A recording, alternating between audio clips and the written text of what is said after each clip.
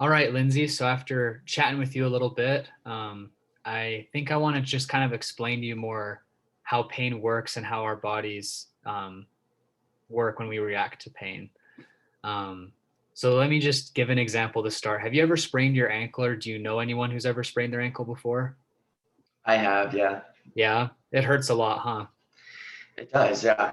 Yeah, A pretty painful lot. thing. Yeah. So now let me give you an example. So let's say you're jogging, you're out running, just trying to stay in good shape, and you sprain your ankle on the sidewalk. And when you sprain your ankle, you look around and no one else is around, but your ankle just hurts like crazy. So you kind of roll on your back and you're holding your foot up in the air and that kind of thing, right?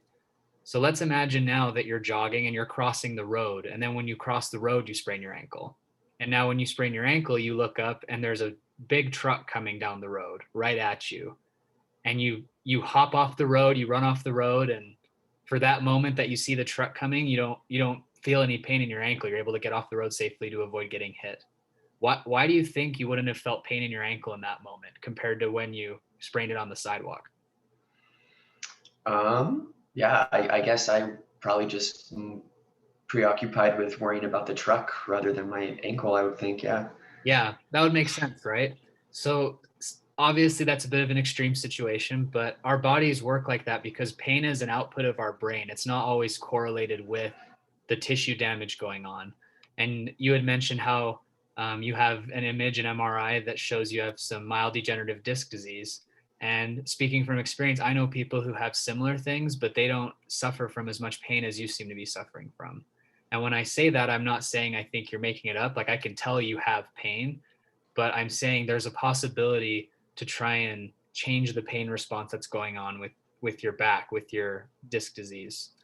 And the reason that maybe you're having so much pain is because the nerves in that area might be more sensitized. And what I mean by that is similar to the ankle example. When you sprain your ankle on the sidewalk, you don't have anything else going on around you. So you instantly feel that pain and your brain's focused on the pain in your ankle. But when the truck was coming, you were more worried about the truck, right? So sometimes external factors or things going on around us, stresses, anxieties, you've mentioned you have kind of a unstable living situation that's been stressing you out for a long time. Your grandma's health has been getting progressively worse, which I understand very well. My father's similar. His health seems to get worse every day and it's really hard on me. And stuff like that can contribute to the pain that you're feeling. And it can make the response from your nerves in your body heightened essentially, where the nerves are firing and sending the pain signals to your brain. Your brain's interpreting it as pain at like a lower level than it should be essentially. Does that kind of make sense? Do you kind of get what I'm saying? Yeah, that does. Yeah. So what my goal is going to be to try and help you, I want to try and help get those nerves back to the level they should be. So they're not firing consistently, sending signals to your brain, and your brain can hopefully um, change the response that is coming to your back as pain. So that's going to be our goal in physical therapy going forward. Does that sound good? I mean, the goal is to alleviate pain, and I think that's the best route we can take right now. Yeah, I would like that.